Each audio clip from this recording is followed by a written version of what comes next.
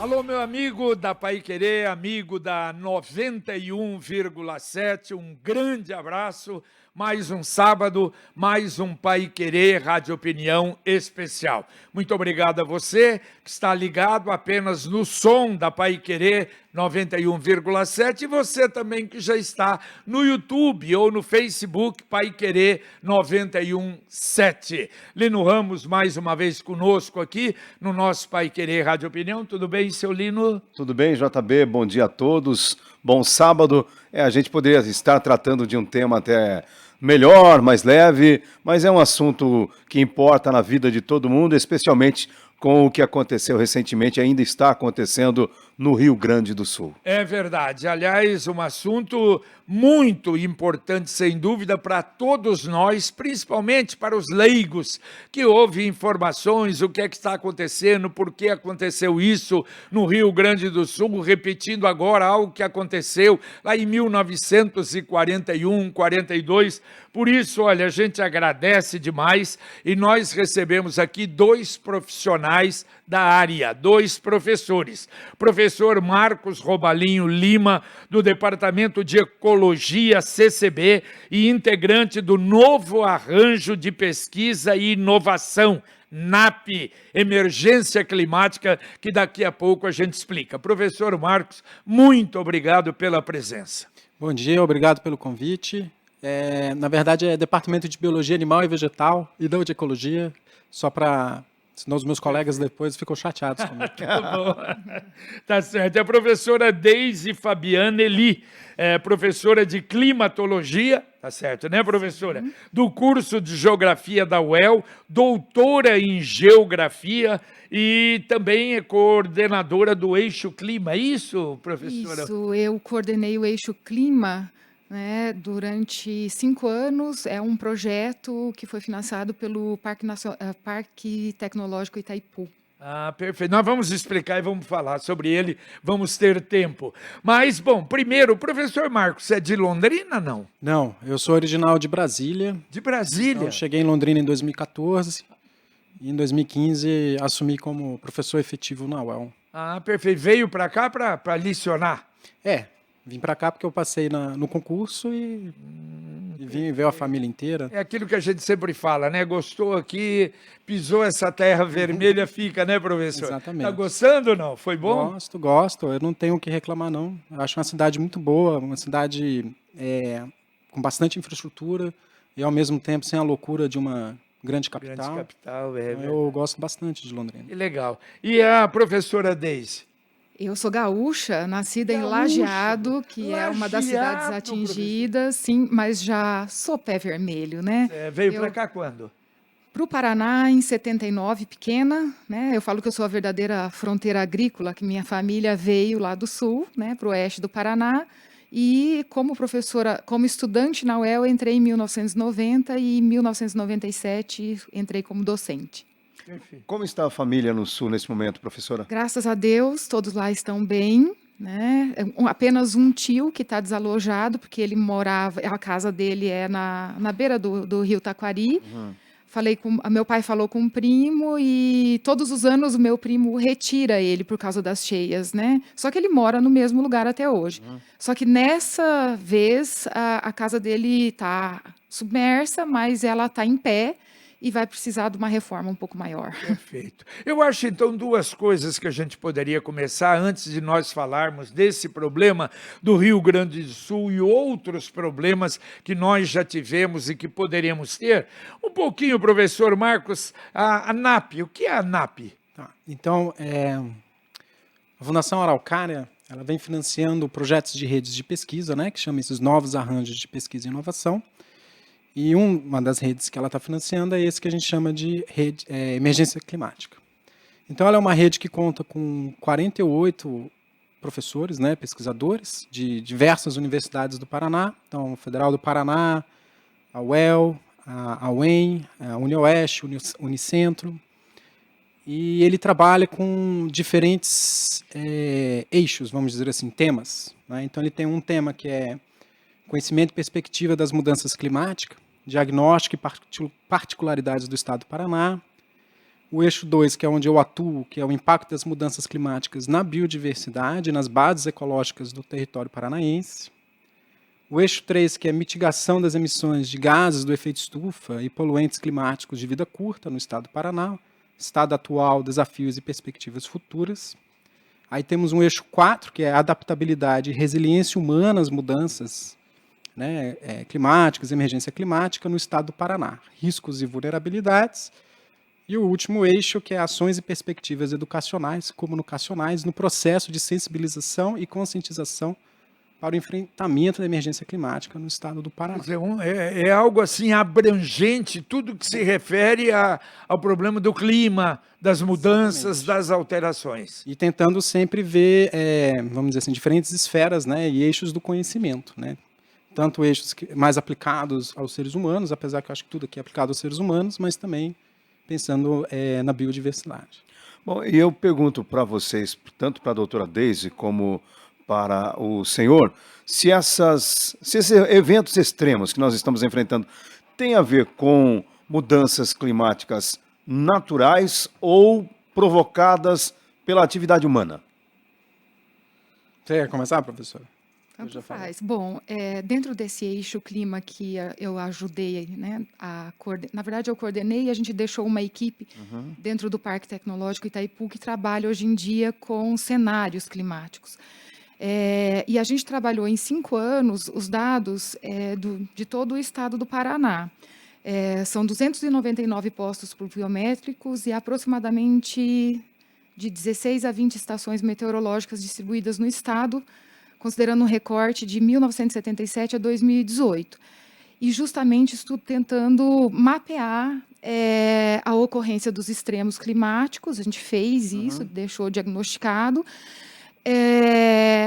E quanto mais a gente estudou, principalmente a questão das tendências climáticas nesse período, né, a gente foi observando, porque uma das professoras, inclusive, faz parte do NAP,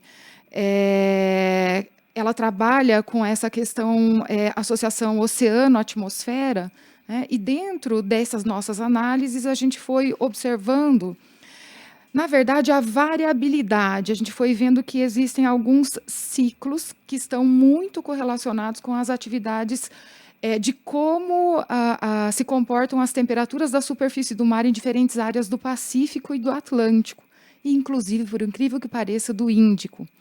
Então, sob a perspectiva, né, da variabilidade climática, esses extremos, eles estão relacionados muito à atividade e ao comportamento de diferentes áreas dos oceanos. Entendi. Professor. Então, a questão que a gente tem que pensar é que os próprio temperatura dos oceanos também vão estar sendo afetados. Eu imagino que é nesse sentido, professora, que você está falando. As temperaturas dos oceanos, elas têm uma resposta, né, ainda é um tema bastante que vem sendo estudado, né, mas ela tem uma relação muito forte com a atividade do próprio Sol, né? Agora vocês devem ter recebido aí notícias na última semana de que a gente recebeu várias imagens, né, uma atividade solar mais intensa. Então, a gente tem os ciclos dessas atividades, que elas têm picos, né, a cada 11 anos, picos mais altos, picos mais baixos. Só que não é tão simples, né, como isso interage aqui na dinâmica atmosférica.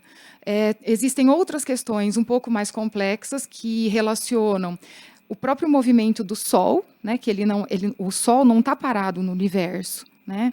Então, a gente tem toda uma relação astronômica e que interfere na quantidade de energia, né, com esses picos das manchas solares que atingem as áreas do globo. Lembrando que 70% do globo é composto por água. Né? Os oceanos, eles têm uma capacidade de armazenar e absorver calor 1000 vezes maior do que a atmosfera. Né?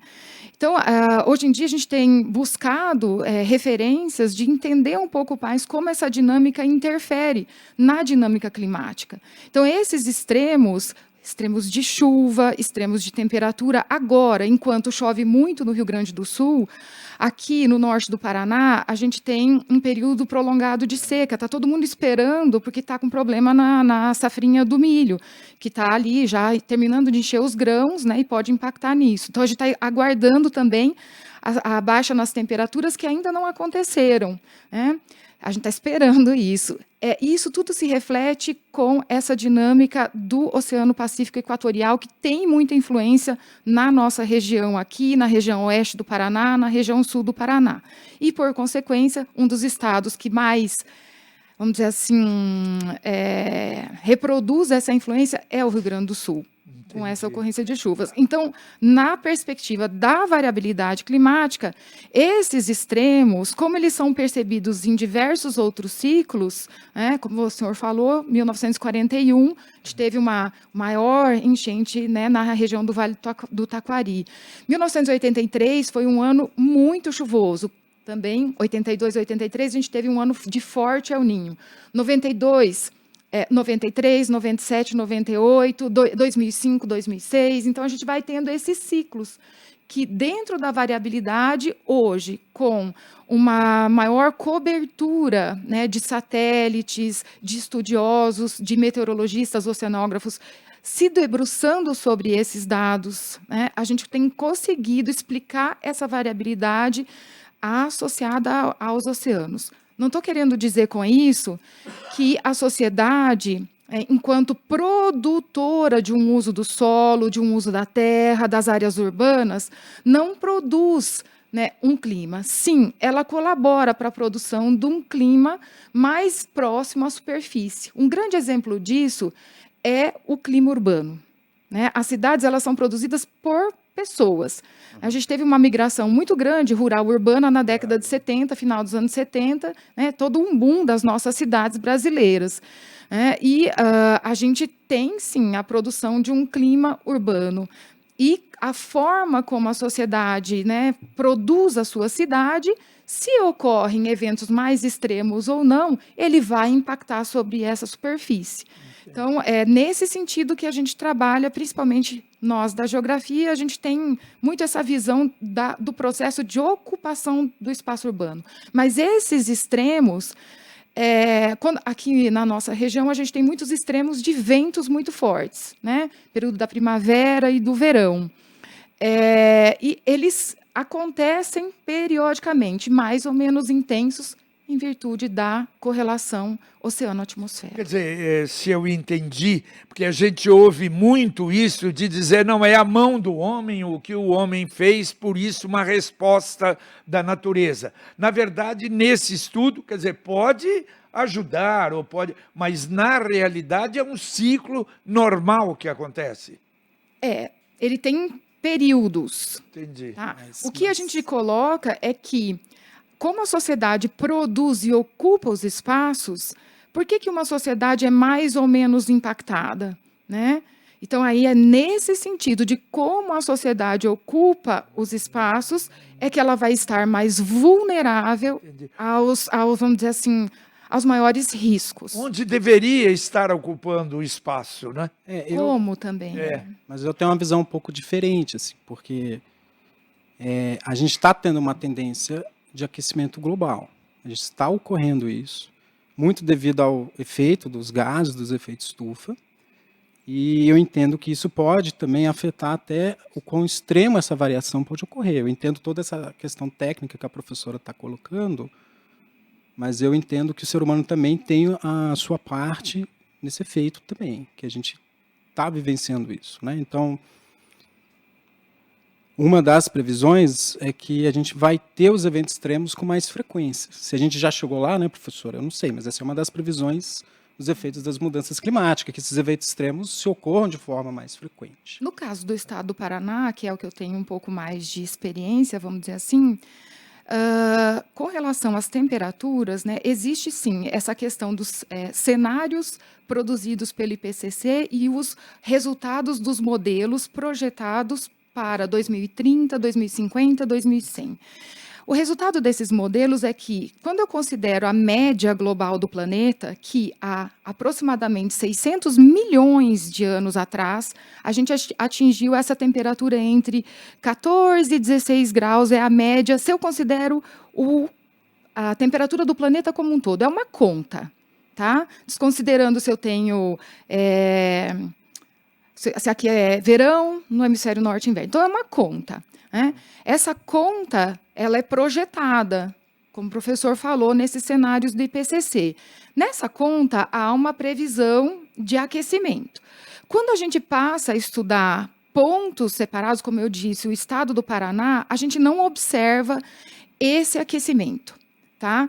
O que a gente observa, considerando 42 anos de dados observados, e a gente testou os dados da mesma fonte do IPCC.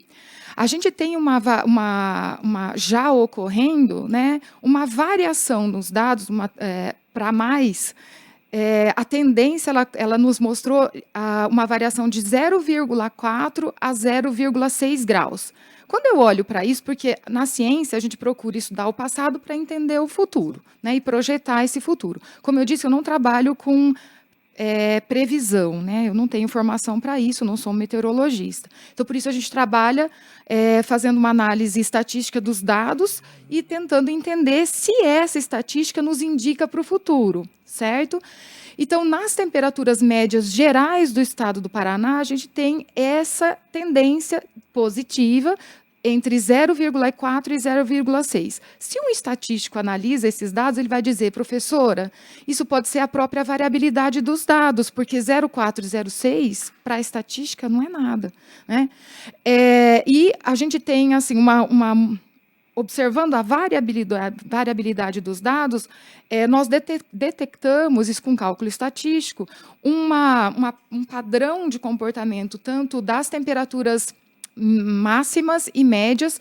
Você tem uma ruptura no comportamento a partir dos anos 2000. Né? Então, o dado estava variando assim, ele começa a variar assim, que seria esse indício de temperaturas positivas. Mas, como eu disse, como é 0,4 e 0,6, para vocês terem uma noção, os cenários do IPCC, os mais otimistas, eles colocam como 0,3 até ali 0,8 graus de aumento na temperatura global, enquanto os cenários mais pessimistas apontam 1,6. Né? Isso para lá 2030, 2030 está quase aí, então a gente vai poder vivenciar isso mesmo, né? Mas 2050, 2100. Então, a gente tem essas respostas. Em termos do que a gente identificou para o estado do Paraná. Com relação às chuvas para o estado do Paraná, que a gente analisou 299 postos, não é pouco, é bastante coisa. Né? A chuva, ela é um fenômeno meteorológico que ela varia muito no tempo e no espaço. Né? Então, às vezes, está chovendo aqui, mas não está chovendo na Zona Norte. Está chovendo aqui, lá no sul, não está chovendo aqui. Então, ela varia muito. E a gente não conseguiu identificar a tendência, né, para a maioria dos postos analisados, as tendências elas não são significativas estatisticamente. E quando a gente percebeu, elas são muito generalizadas, pontuais para cada localidade né, das municipalidades do Paraná, e aí elas aparecem uma tendência um pouco mais positivas. Mas, assim, muito generalizadas. Né? Com relação aos extremos, o que a gente observou é que a gente tem registrado maior ocorrência de ondas de calor no estado do Paraná. O que isso significa? Para o IPCC, onda de calor é quando eu tenho 6 dias consecutivos com a temperatura 5 graus acima da média das máximas. Então, isso tem que acontecer, 6 dias consecutivos. Então, existem outros índices, mas para a gente ter comparação, a gente usa o índice do IPCC. Normalmente, essas ondas acontecem principalmente aqui na região norte do estado, né, norte e noroeste, mas também são observadas em outras regiões do estado. Então, elas têm tido uma frequência um pouco maior. Entendi. Tá? Outra coisa interessante, noites tropicais. O que significa uma noite tropical? É quando eu tenho as temperaturas mínimas superiores a 20 graus. Então, sabe aquela noite Que tem acontecido muito, né? Principalmente aqui. Tem tido uma maior frequência, né? Então, outra observação que a gente viu é na intensidade diária da precipitação. Considerando o dia que chove, chove mais. Então, é isso que a gente identificou. Perfeito. Mas isso com 40 anos de dado, né, professor? 42 anos. A gente não tem dados anterior a 1976 para o estado do Paraná. A gente tem alguns postos pertencentes ao Instituto Nacional de Meteorologia e hoje em dia Infraero, mas antigamente não era, só que os dados eles têm muitas falhas. Aqui em Londrina, a gente tem uma das estações mais antigas, é a estação que está dentro do aeroporto. Só que tem muitas falhas e como hoje, né, a Infraero, ela é acho que ela é parceria público-privada, concessão, não sei. Então a gente não tem um acesso tão fácil a esses dados, né? Então, para o estado do Paraná é bem difícil, porque anterior a 1970... Não tem nada, né? Se a gente for sintetizar, pelos 42 anos de dados de qualidade, a gente tem, então, o aumento de ondas de calor, foi isso que eu entendi corretamente, uma tendência a um aquecimento de 0,6, foi isso que você falou, mais ou menos? 0,4, 0,6. Nas médias. Nas médias, sim. Nas médias gerais do estado. As médias gerais do estado, então, está mostrando uma tendência, vamos dizer assim, né? Mas, e a chuva que você falou que esse ficou mais difícil de ver as modificações, foi isso? A chuva, sim, porque... Não, só para sintetizar, para a gente... Agora, eu acho que uma coisa importante que a professora falou, o problema da ocupação. E eu via, professora e professor, eu vi um técnico, não sei se um engenheiro, falando sobre o problema de Porto Alegre, por exemplo, que a senhora conhece bem. Ali Não conheço, não. Não, mas talvez seja a mesma coisa da região lá do Taquari, não é? De Lajeado, que é a ocupação de construção empurrando o rio, fazendo, por exemplo, ali naquela região de Porto Alegre, diz que o próprio estádio do Internacional, ali era um banhado, completamente um banhado, e que foi aterrado para levou o rio para trás. Isso também prejudica, não? E claro que aquilo que a senhora falou do local onde o homem constrói, o homem edifica. Sim. Não sei se o professor quer comentar. Olha, a questão, quando a gente pensa, né, nesse zoneamento urbano, eu acho que não sei, se for falar o Brasil como um todo, ele tem uma dificuldade tremenda, eu acho, de fazer valer os zoneamentos, assim, né? Ou talvez de ouvir os especialistas, ou realmente fazer valer esse zoneamento, que é que nem o senhor está falando, assim, eu vou construir na várzea do rio, né? Pode ser que em um momento essa várzea vai ser ocupada. Você pega São Paulo, que, se eu não me engano, tem várias avenidas que eram rios no passado. Né? É o lado do Tietê, ué. No caso específico do Vale do Taquari, a gente tem que lembrar da colonização. Né? A colonização lá é muito diferente da nossa aqui, ela é mais antiga. E lá existem, vamos dizer assim, as colônias que receberam mais italianos e aquelas mais da comunidade alemã, né? De diferentes áreas dos dois países. A ocupação lá, ela se deu próximo nos fundos de vale. E lá, pelo menos a região que eu conheço, eu não conheço muito profundamente Porto Alegre, porque eu saí de lá, de Lajeado, eu tinha 6 anos. Perfeito. E só voltei lá 2 vezes, não adulta, né? Mas, assim, os vales lá, eles são mais encaixados e o relevo é mais movimentado, é uma região serrana, né? Então, os vales dos rios são muito diferentes, por exemplo, do nosso Vale do Tibagi aqui. Claro, perfeito. Né? Então, a nossa ocupação aqui no norte do Paraná, ela é muito distinta da região deles lá, porque aqui nós ocupamos as áreas de topo com a Companhia de Terras Norte do Paraná. Né? E lá não, eles ocuparam as áreas de fundo de vale. Primeiro porque as colônias e glebas precisavam de água, né, para fazer a produção. Então, historicamente, né, Lajeado mesmo, o centro é bem perto do rio, né, mas gradativamente os novos bairros eles foram se distanciando, né? Então, tem essa questão da ocupação que, no momento vivenciado como agora, O ideal seria fazer valer, como o professor disse, porque toda cidade de grande porte, né, ou até pequeno, ela tem, né, a sua proposta de plano diretor, inclusive o nosso aqui de Londrina foi revisado recentemente, né, que existem áreas que vão precisar ser desocupadas. Só que como é que você faz se a pessoa comprou o terreno dela há 50 anos naquele lugar? Aonde ela vai comprar um novo? Como isso vai acontecer? Então, a situação vivenciada hoje pelo Vale do Taquari, ela é extremamente complexa. Muito difícil de ser avaliado, porque hoje o pessoal lá está preocupado em retirar as pessoas que têm a sua área inundada. Essa água vai demorar um pouco mais para baixar, porque a gente está tendo aí, né, já é a terceira semana com chuvas, porque as frentes, como eu disse, as frentes elas param lá, estacionam e ficam por 2, 3 dias chovendo. Né? O que choveu nessa início da inundação lá, se não me engano, em 3 dias choveu o esperado para o mês inteiro de maio. Tá? Então foi muita água. Né? E aí foi levando, vocês viram um morro, né, com movimento de massa, que a gente chama, né, desmoronamento, porque o solo não conseguia infiltrar. Então, sim, é preciso aplicar e cobrar, principalmente dos nossos gestores locais, vereadores,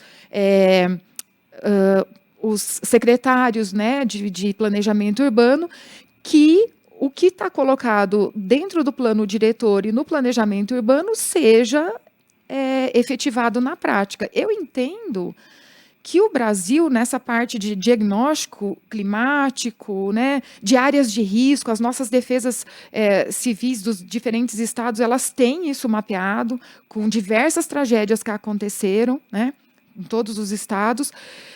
Não talvez na amplitude do estado como um todo, mas de alguns municípios mais que são recorrentemente mais atingidos, essas áreas de risco elas são mapeadas. Né? O que é preciso agora é sair um pouco mais do discurso, porque existe diagnóstico, o diagnóstico não pode parar, ele tem que continuar, mas a gente vive uma fase, eu penso, do Brasil inteiro, que a gente precisa ir para a prática. Colocar o planejamento em prática. Cobrar dos nossos Eu acho gestores. que tem que lembrar que você não resolve isso em um ano. Não. Eu acho que é isso que é importante os gestores entenderem. E muitas vezes é uma questão que eu vejo assim, que independente de quem está no governo, tem que continuar o processo. Essa é a questão. Né? Então a gente precisa ter realmente as práticas efetivas sendo concretizadas. E a gente tem que entender que eu não tiro as pessoas do centro, né, lá do Itaquari em um ano. Como que eu vou fazer? Né? E tem que ter proposta para isso. E aos poucos fazendo. Da mesma maneira que eu posso repensar como ocupar o centro dessas cidades ou os locais de risco. O que eu vou fazer ali? Vou fazer um parque urbano? Que tipo de atividades a gente pode ter ali que seriam compatíveis com grandes enchentes, né? Que não vai ter perda de vida, da mesma maneira que eu não vou ter tanta perda em termos imobiliários e prejuízo econômico. Então tem que ter esses tipos de pensamento. Né? E a gente tem que começar a partir para pensar essas coisas. A própria Londrina está vendo agora um plano de mobilidade que eles estão para aprovar. Né? E no meu bairro a gente não ficou feliz com o que eles estão querendo fazer no nosso bairro, que é no Vale dos Tucanos. Então eles estão querendo construir uma nova via para cortar o vale pela terceira vez, aquele que tem o Harry Procheia e Sprengler, e os moradores a gente não quer, porque a gente gosta do vale.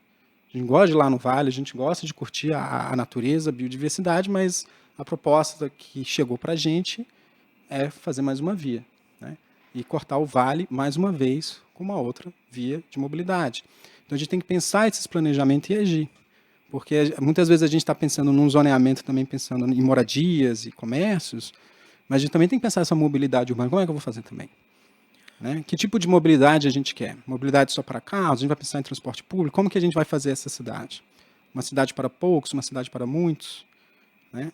Que pelo menos é sempre assim que eu tento falar muitas vezes para os meus alunos. Assim, que como eu sou da área de biodiversidade, eu entendo a biodiversidade como um bem-estar humano também. Né? Às vezes muitas pessoas entendem que a biodiversidade é um atraso, né? Tem pessoas que eu acho que pensam dessa forma, eu já não vejo assim. Né? Para mim, eu fico feliz vendo um passarinho cantar, e eu acho que muitas outras pessoas também. E eu gostaria, por exemplo, uma das coisas que me chamou, quando você falou, você não é de Londrina, e uma coisa que me chamou a atenção quando eu vim aqui, quando eu prestei o concurso para a UEL, era a quantidade de verde que Londrina tem. As outras cidades, interior afora do Brasil, não é assim, gente. Não é como é assim. E eu acho que a gente tem que, na verdade, abraçar esse verde, essa visão que eu tenho. Vale que nós temos, né? Uma riqueza. Uma riqueza, assim, tremenda, né? E é o que eu sempre falo, que existe também biodiversidade urbana que vai além de baratas e mosquitos também, que a gente também tem que pensar nessa biodiversidade também, porque eu tenho o direito de morar numa cidade e ter acesso à biodiversidade, eu não preciso morar apenas no campo ou em outros locais para ter acesso. Então a gente precisa pensar esses tipos de zoneamento, repensar a maneira até de a cidade proporcionar essa ligação, né, com a biodiversidade. E aí tem vários estudos até interessantes quando a gente puxa para a saúde. Tem um estudo relativamente antigo que o pessoal resolveu colocar, quando o paciente recuperava numa cirurgia cardíaca, tinha uns que ficavam na janela que dava para o parque do hospital, uma coisa assim, e um que dava, sei lá, para a área urbana. E eles começaram a ver que os pacientes que tinham a visão da biodiversidade se recuperavam muito mais rápido do que aqueles que olhavam para o centro urbano.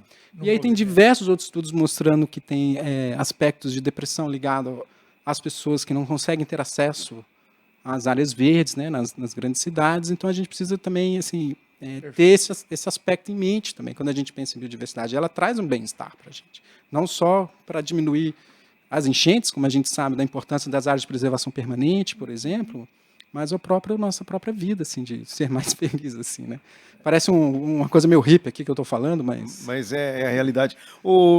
Tem um professor, o Tony Hara, historiador, ele fez um livro sobre o patrimônio histórico de Londrina, e ele coloca os fundos de vale como um dos maiores patrimônios históricos da nossa cidade. Mas eu fiquei preocupado, professor, com o que a senhora disse, porque a senhora falou que, estatisticamente, quando a temperatura, então, se ela bater lá 6 graus acima da máxima da média histórica, né, a gente... Opa, aí a coisa realmente está errada, embora a gente já trabalhe com esses indícios. Porque nós passamos março e abril, praticamente, com 2 graus acima desta média máxima histórica.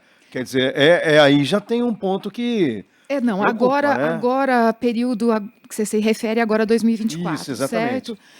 A gente não podemos esquecer, a gente está sob o efeito do fenômeno El Niño. O fenômeno El Niño começou a se instalar no Pacífico Equatorial no término do inverno do ano passado. E ele atua até 18 meses. Né? Então, ou seja, a gente ainda está sob esse fenômeno. É muito interessante a nossa região aqui onde nós estamos, Londrina, o norte do Paraná inteiro, região do oeste, sul do estado de São Paulo e sul do Mato Grosso do Sul. É uma região que a gente chama de transição climática. O que isso significa? Que tem anos que a gente tem um clima mais parecido com o do centro-oeste, né? E é o clima mais tropical. E tem anos que a gente tem um clima mais característico do sul do estado, subtropical. O que isso se refere? Eu vou ter, quando ele é mais tropical, então eu vou ter temperaturas um pouco mais elevadas e uma chuva que ela vai diminuir, principalmente em julho e agosto. Só que nesse ano, 2024, como a gente está sob efeito do El Niño e está chovendo mais no norte, ali centro do Rio Grande do Sul, nós aqui, a gente já está com um período prolongado sem chover. Porque as frentes não conseguem romper a atuação da massa tropical continental que está aqui em cima. Que é o tal bloqueio. Que é o tal bloqueio, porque a gente está recebendo... O El Niño, ele vai atuar lá no Pacífico Equatorial, mas ele faz uma subsidência do ar em cima da região amazônica. Essa subsidência, ela embute, né, ar mais quente, né? É um ar que está mais seco, porque o ar subsidente, ele não gera nuvens, né? E ele vai atuar nessa região do centro-oeste e, portanto, vai influenciar a gente aqui no norte do Paraná, noroeste do estado. Tá? É esse bloqueio atmosférico que a gente precisa que as frentes rompam para que chova. Vocês podem ter observado, tem uns 3 dias que mudou a cobertura do céu. Inclusive, hoje, amanhã, já deve... Não tem previsão de chuva, infelizmente. Mas mudou a cobertura do céu. A gente está com maior cobertura de nuvens. Então, a frente, ela está tentando entrar. E aí, ela empurra a massa tropical mais para o centro-oeste, região ali do Mato Grosso do Sul. Tá? Então, ela precisa fazer isso. E aí... Por isso, a gente teve um prolongamento da condição de verão. Se continuar o El Niño, que ele está agora já dando indícios de dar uma diminuída, né? Porque está com previsão de entrar a Laninha. Né? Mas se continuar a característica do El Niño, a gente pode ter uma situação de um prolongamento, de um atraso no inverno e um inverno mais curto. Agora, se instalar a Laninha, a gente vai ter um prolongamento do inverno. Aí vocês vão lembrar lá em 1975, 2000... Nós quando a gente geada em setembro. Exatamente. Efeito de Laninha. Entendi. Agora, uma outra coisa que eu acho que seria interessante para a gente tocar, nós tivemos... falamos, né, em 1941, 42, um problema mais ou menos como esse agora no Rio Grande do Sul. Mas o professor até falava antes do programa, só que o ano passado nós já tivemos um efeito climático e um problema não tão grande como o desse ano, e o ano anterior também. Essa mudança de eventos assim mais periódicos, o que significa? Então, eu particularmente acho que a gente já está colhendo certos frutos assim. Né? Então, quando a gente pensa nas mudanças climáticas, a quantidade de gases do efeito estufa que a gente coloca, eu acho que a gente vai começar a sofrer mais com esses eventos extremos. Então, quando eu estava lembrando antes do programa, a gente teve não só essa enchente agora que foi, mas já teve mais, foram 2, né, no Rio Grande do Sul nesses últimos. Em setembro do ano passado. Aí eu lembro que em 2023 a gente teve no litoral norte de São Paulo também uma chuva forte. Em 2022 teve Alagoas e Pernambuco também, que desalojou 30 mil pessoas. Daí foi efeito Laninha, né? É o inverso. Então, mas assim, nós tivemos também no Rio de Janeiro, né? No Petrópolis, Teresópolis. E assim, e apesar de assim, eu me achar novinho. Amazônias. Então, e apesar de eu me achar novinho, lembrando a minha infância, assim, eu não lembro assim de praticamente todo ano parece que tem uma grande enchente. Nesses últimos, né, vamos dizer, de 2021 para cá, né? Eu estou tentando lembrar e eu lembro da minha avó falando da enchente no Recife há muito tempo atrás, mas eu não vejo, assim, tentando puxar a minha memória, tanta frequência de eventos extremos. Mas que nem diz a professora também, né? São esses 3 anos. Vamos ver os próximos como vão ser. Eu acho que a tendência fica, assim, né? Mas só o futuro dirá. Professora. É bastante complexo discutir isso e, para mim, assim... O que eu li muita coisa, né? E por causa desses projetos, tentando realmente, porque a minha ideia era justamente confirmar essas hipóteses, né? E quando a gente vai se debruçando sobre os dados, porque eu não posso afirmar se está tendo mais ou não um determinado evento extremo pelas minhas lembranças. Eu já fiz coleta em jornal, por exemplo, né, na Folha de Londrina, na Folha de São Paulo.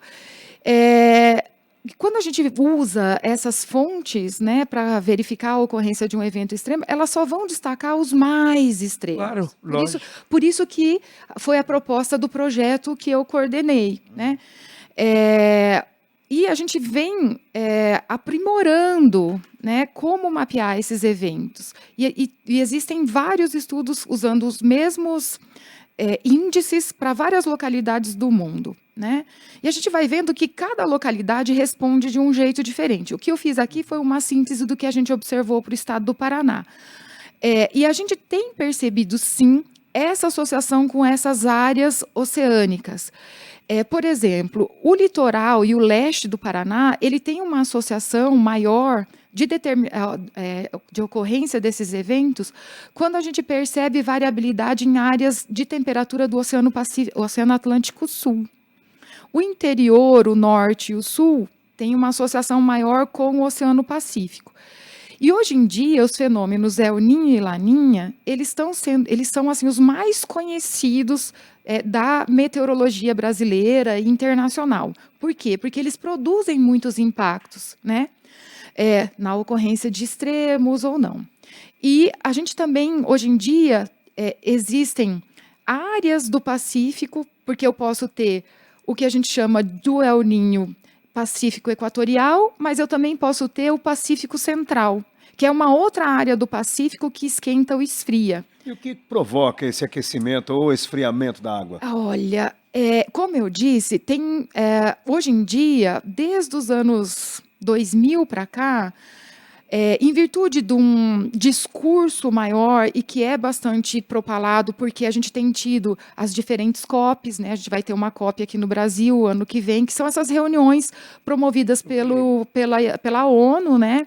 Para se estudar, porque é necessário que as pessoas sejam conscientizadas para consumo, enfim, né? Para ter um outro tipo de cultura de consumo e de sociedade. Só que nos últimos anos, a astronomia, a própria física, que faz toda uma análise de como o Sol interfere, porque o Sol ele comanda, né, todo o nosso sistema solar. Né? O planeta Terra, a atmosfera é um fluido. Os oceanos também são fluidos, né? E eles respondem muito a essa dinâmica, vamos chamar assim, orbital galáctica, né? Na questão do El Niño, eu acabei de ler um texto, ele é de 2017, e que existem agora algumas explicações com cálculos, astronomia, de como as marés lunares, né, elas interferem. Vocês vão falar, mas tem maré lunar? Não tem água na Lua, né? Não é. Mas é como toda a dinâmica da Lua interfere aqui No movimento dos das oceanos. águas. E aí, como é que as águas circulam dentro dos oceanos e ela vai controlar as marés, elas controlam o que a gente chama de ressurgência. O que é ressurgência? No Oceano Pacífico, a gente tem uma região que é aqui a costa do Peru, onde as águas mais profundas elas ficam mais próximas da superfície. Enquanto que lá na costa da Austrália, você tem uma profundidade maior dos oceanos e porque os ventos empurram essas águas quentes para lá. Então, lá fica uma água mais quente.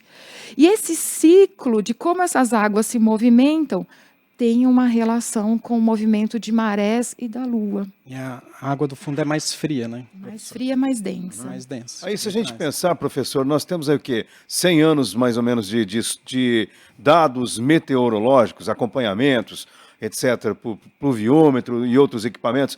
O nosso calendário 2024, se for pegar eras geológicas, eu não sei dizer em qual a gente vai chegar. Como trabalhar com esses fenômenos, mesmo sem ter essa certeza? É o homem que está provocando ou é a natureza? Porque daqui a pouco, quem garante que no ano que vem não aconteça isso de novo no Rio Grande do Sul? Olha, eu acho que a questão assim, quem garante ou não garante o que vai acontecer. Então, quando a gente vai falar de previsões, então é isso que a professora está falando. Então, ela está usando uma janela de dados de 42 anos aqui, né, para o estado do Paraná, e dados de qualidade. Mas quando a gente vai pensando o mundo como um todo, e você tem como modelar essas questões para fazer as previsões, e como ela diz, com diferentes cenários, você pode ter o cenário, vamos manter tudo como está, né, vamos dizer assim. Porque, querendo ou não, os gases de efeito estufa, eles também aquecem a Terra. É importante lembrar isso. Apesar de tudo que a professora está falando, eles também aquecem a Terra. É um agravante no mínimo. No mínimo um agravante, porque senão a gente estaria frio, né? Vamos dizer assim, como o planeta teria a temperatura de Marte, ou algo do tipo assim. Não. Né? Então, assim, o que eu sei dos dados que mostram é que quando chega, por exemplo, a temperatura solar, a Terra ela é mais quente. E quando você vai subindo, né, para estratosferas, a temperatura cai nesse sentido. Então, né, então tem essa questão. E tem a questão dos gases de efeito estufa nesse sentido. E aí, por exemplo, eu que trabalho com biodiversidade, né, então, vamos dizer, então, tudo bem, não os gases de efeito estufa, mas está tendo um aquecimento. E aí eu consigo modelar os efeitos, por exemplo, eu consigo modelar de quanto que meio grau vai dar, 1 grau vai dar. 100% de certeza? Não, existe um erro associado a esses modelos. Eu não estou discordando disso, né? Mas você consegue ver a tendência desses modelos e, com o tempo, o erro ele tem diminuído nesse sentido, né? Nesses modelos. E aí, só um minutinho, professor. E aí, o que acontece? Se eu penso, por exemplo, em recifes de corais, né, tropicais, extremamente importantes quando a gente pensa, por exemplo, para recursos pesqueiros. Tem muitas espécies de peixes, eles vão utilizar os recifes de corais para desova, os filhotes crescem e depois saem. Com o aquecimento das águas, né, que se prevê, se a gente tiver 1,5 graus, né, de previsão, que é o alvo lá de Paris, né, o alvo é 1,5, aceita-se até 2. Eu vou ter 70% dos recifes de corais morrendo. Né, se eu chegar a 1,9, chegar a 90%, de não ter mais recifes de corais, nesse sentido. Então, são coisas, assim, bastante drásticas, assim, na minha visão, entende? Eu, como trabalho na área da biodiversidade, eu vejo também os efeitos que ele vai trazer na biodiversidade como um todo. Né? Então, quando a gente fala também dos extremos de chuva, então, se a gente pensa em peixe, quando a gente pensa aqui no Paraná, né, tem um rio, na bacia do Parapanema, então, apesar dela ser toda travada com diferentes reservatórios, muitos dos peixes, assim, você pensar num pintado, ele precisa subir esses reservatórios, e quando tem a cheia é quando ele vai botar os ovos na parte das várzeas, e depois eles vão estar recrutando para a população lá para frente.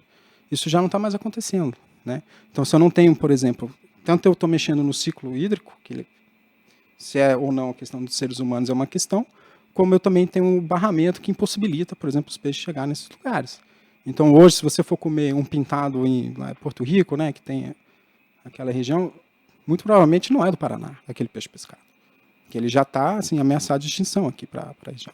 E muito disso tem a ver com como a gente usa a terra, como a gente usa os recursos hídricos e também os próprios efeitos que a gente tem do clima, que vão exacerbar, vamos dizer assim, esses problemas que a gente traz também. Nesse sentido, eu penso da seguinte maneira: a gente não vive, né, globalmente, a gente vive no local. As relações que a gente pode ter relações regionais, internacionais, globais, mas a gente vive no lugar, né? Então, eu penso que a gente precisa se preocupar mais com o lugar e como a gente planeja viver nesse lugar, né? E aí, portanto, a gente tem que aprender um pouco mais com sociedades que já superaram, talvez, alguns desses aspectos, né? Então, a gente não pode esquecer que o Brasil ele tem uma legislação ambiental bastante rigorosa, né? Ela não é simples, ela é complexa, tanto federal, estadual, quanto municipal. Né? Então, para você ter determinadas atividades numa área ou outra, você tem que respeitar a regulação que existe. Né? Então, se eu vou, sei lá, ampliar as áreas verdes, como é que isso vai ser feito? A gente já tem uma regulação, né? E precisa ser feito realmente. Então, eu penso assim, que não importa tanto se você vai ter A ou B de temperatura, né? Porque isso vai dando, às vezes você vai empurrando o problema, é só daqui a 30 anos, é só daqui a 20 anos. Mas se a gente começar a se preocupar mais com as ações que a gente pode resolver agora, esse é o fator para se prevenir o cenário A, o cenário B e o cenário C. Né? E a gente não pode esquecer, o Brasil pós-Eco 92, né, teve uma evolução muito grande na sua legislação ambiental. Não se produz mais como se produzia na década de 70, na década de 80. Eu acho assim, fantástico como a gente sobrevoa o estado do Paraná, por exemplo. Você vê, né, hoje o mapa é completamente diferente, porque você vai vendo as áreas que estão em recuperação nos fundos de vale, etc. Fizemos tudo? Não. Mas a gente já melhorou muito. Mas eu não tenho essa visão não, professora.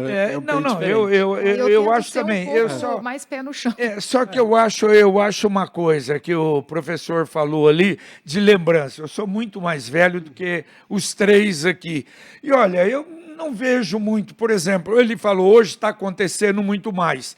Não, há 30, 40 anos atrás, sempre Rio de Janeiro, no Rio de, na Serra lá do Rio, Petrópolis, Teresópolis, sempre inundação ali. Em 74, nós saímos daqui com caminhões, que era o vereador Daniel Gonçalves, para levar para Caraguatatuba, que é perto ali, é do litoral norte, que aquilo devastou tudo em 1974.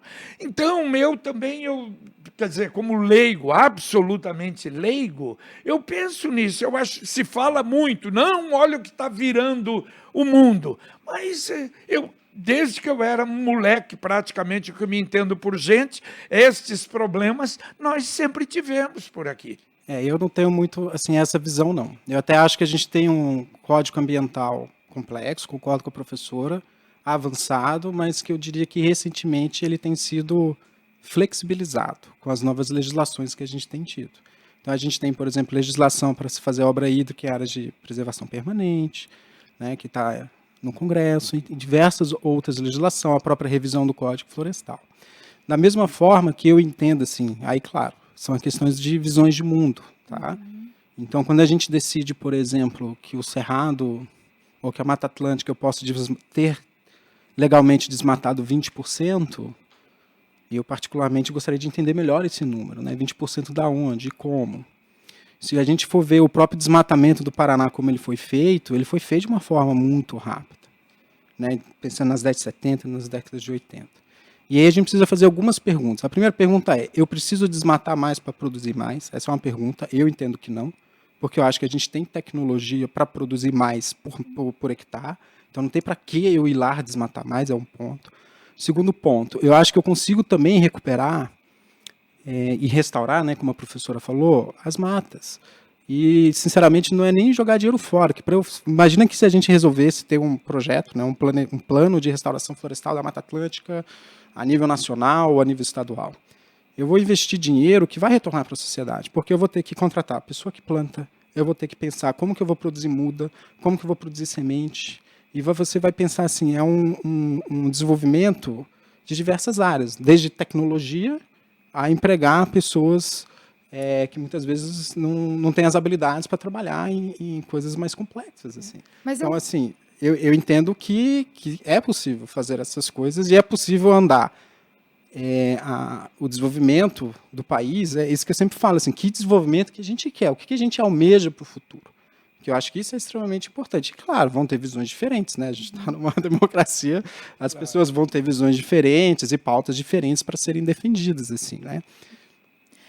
Eu vejo assim, olha, para mim o exemplo do estado do Paraná, Rio Grande do Sul, né, Santa Catarina, dentre outros, são muito importantes, porque a gente já vivenciou um processo de ocupação, né? O estado do Paraná, a gente não tem como expandir as áreas agrícolas para desmatar.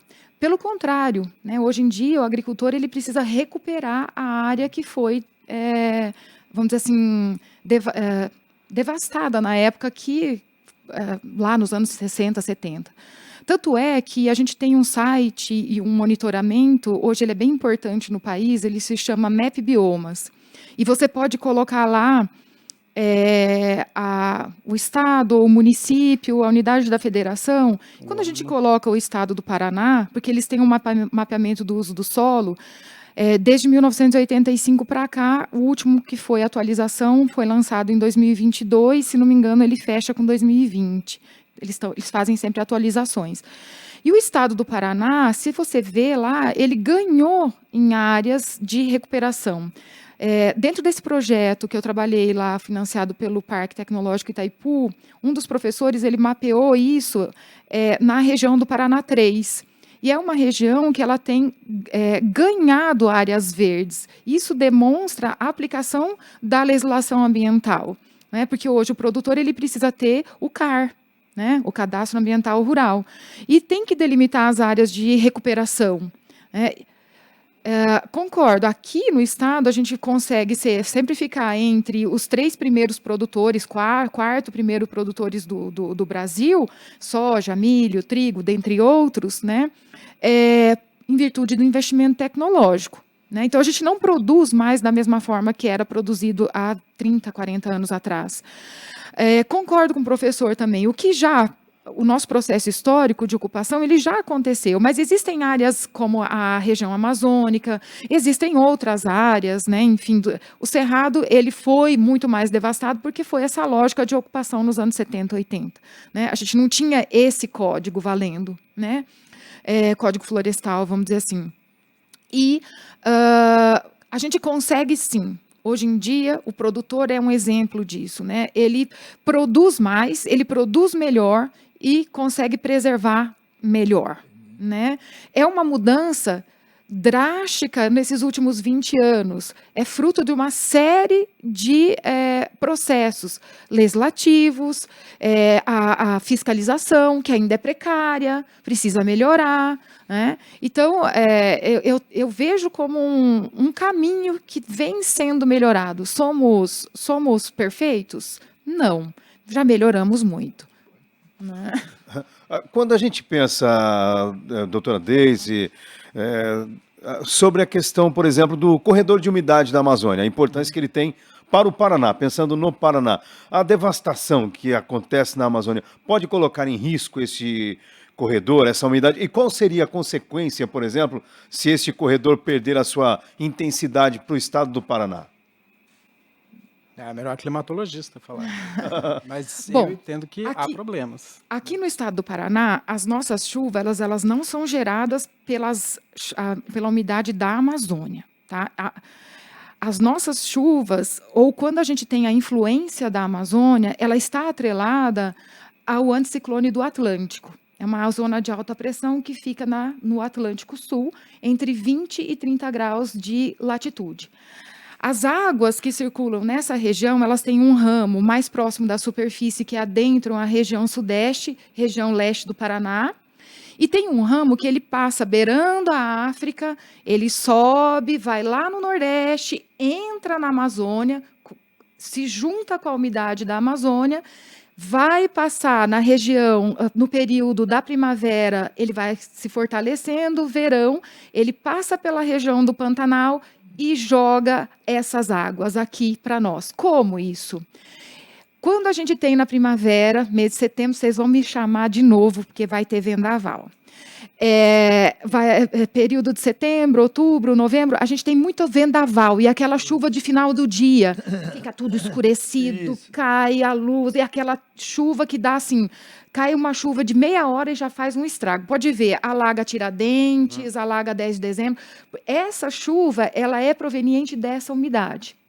Veja, e tem uma associação entre a Amazônia e Atlântico. Tá? Como eu disse, agora, essa umidade amazônica, ela vai, no decorrer do outono, ficando mais restrita à região amazônica. Tá? Por isso, vocês estão percebendo uma redução das chuvas, que o ápice acontece final de julho, agosto. Tá? Por isso que agosto aqui em Londrina, às vezes ficam até 40 dias entrando em setembro ou se antecipando em julho, sem chover. Então, é porque a umidade amazônica ela fica mais restrita lá e o anticiclone se desloca e ele vai atuar mais no Nordeste. Professor e professora, olha, nós iríamos longe, mas né? passa realmente muito rápido. Professor Marcos Robalinho Lima, muito obrigado pela presença. Foi muito bom tê-lo aqui. Agradeço o convite. Valeu. Professora Deise Fabiana Eli, muito obrigado pela presença e pela aula dada aqui, que foi muito importante. Muito obrigada. Estamos lá na UEL, Departamento de Geografia, Laboratório de Climatologia, sempre à disposição. Muito obrigado. Valeu, Lino Ramos. Valeu, JB. Um abraço a todos e um bom final de semana e que nós tenhamos aí também um um bom outono, um bom inverno, que a doutora Deise deixou a gente preocupado aí, né? É verdade, mas muita coisa que ela falou que eu pensava aí, que coincidiu.